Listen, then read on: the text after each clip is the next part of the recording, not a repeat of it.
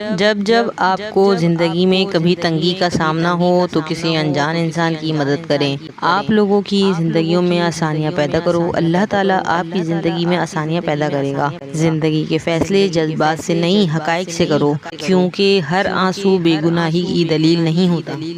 اگر لوگوں کو جیتنا ہے تو ہر انسان کے دل کی چابی پہچانو۔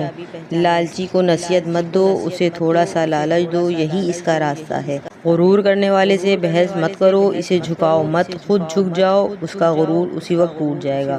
بیوقوف کو دلیل سے مت سمجھاؤ، اسے اپنی راہ پر چلنے دو، چاہے منزل تک پہنچے یا ٹھوکر کھائے، وہ خود سیکھے گا۔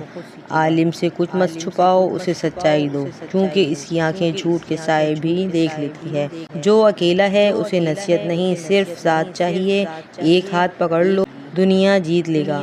استاد کو علم مت دو، عزت دو، کیونکہ عزت ہی اس کا سب سے بڑا انعام ہے۔